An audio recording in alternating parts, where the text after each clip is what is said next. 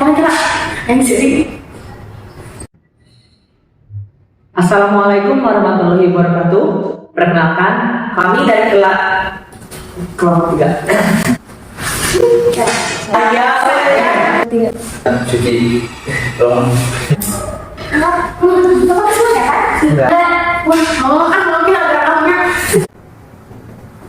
Jena.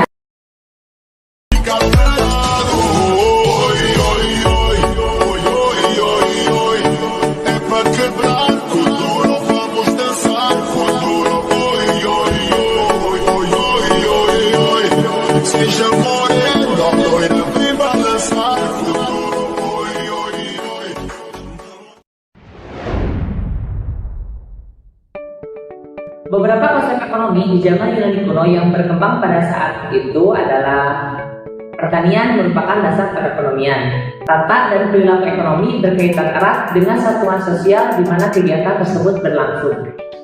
Pentingnya aktivitas ekonomi dilakukan dengan arif dan bijaksana.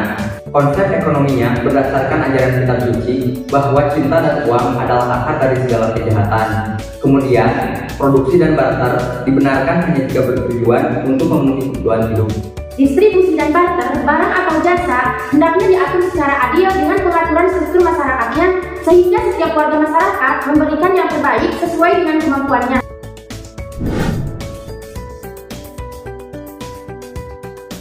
Ciri utama skolastik adalah kuatnya hubungan ekonomi dengan permasalahan etis serta besarnya perhatian pada masalah keadilan. Hal ini didalai karena ajaran-ajaran skolastik mendapat pengaruh yang kuat dari gereja. Tokoh pertama pada saat itu adalah Albert Magnus. Beliau berpendapat bahwa harga yang adil dan pantas merupakan sesuatu yang harus dicapai, yaitu besarnya biaya yang dikorbankan untuk menciptakan barang tersebut harus sama besar dengan harga. Magnus juga menentang adanya bunga dan menyebutkan orang yang memakan bunga adalah berdosa. Lalu ada Thomas Aquinas. Seperti halnya Albert Magnus, ia mengutuk adanya bunga karena termasuk kategori riba. Menurutnya, mengambil bunga dari uang yang dipinjamkan adalah tidak adil karena sama dengan menjual barang yang tidak ada.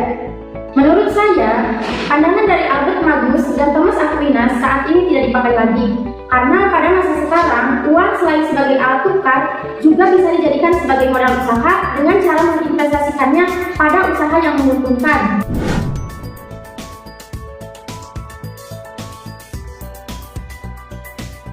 Perkembangan pemikiran ekonomi merkantilis. Yang pertama, emas dan perak merupakan bentuk kekayaan yang paling banyak disukai.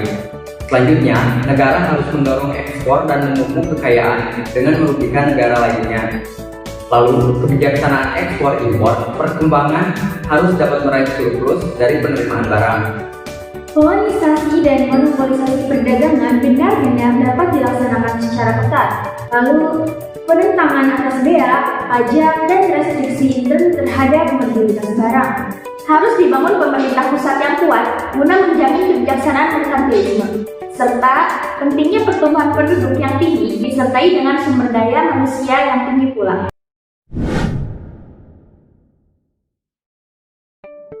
Kaum fisiokrat percaya bahwa sistem perekonomian mirip dengan alam yang penuh harmoni. Setiap tindakan manusia dalam upaya memenuhi kebutuhannya masing-masing akan selaras dengan kemakmuran masyarakat banyak. Manusia membutuhkan kebebasan dan biarkan mereka melakukan yang terbaik bagi dirinya masing-masing. Pemerintah tidak perlu ikut campur tangan dan biarkan alam yang akan mengatur, sehingga semua pihak akan senang dan bahagia. Itulah yang menjadi cikal bakal munculnya doktrin laissez-faire yang artinya biarkan semua terjadi, biarkan semua berlalu, yang dikembangkan oleh Adam Smith dalam konsep perekonomian bebas.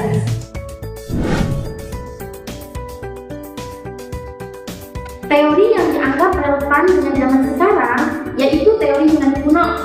Mengenai teori Plato di mana pendapatnya tentang fungsi uang.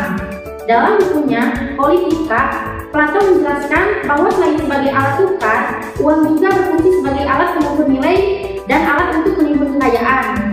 Plato juga berpendapat bahwa uang bersifat mandul yang tidak dapat diperanakan melalui bunga.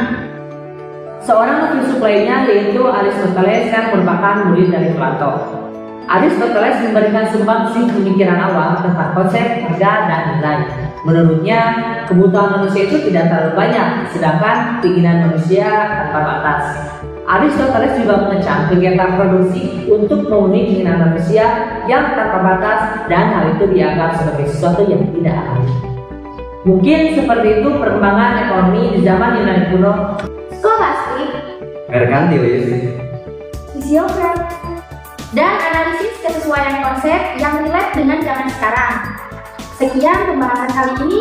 Terima kasih. Wassalamualaikum warahmatullahi wabarakatuh.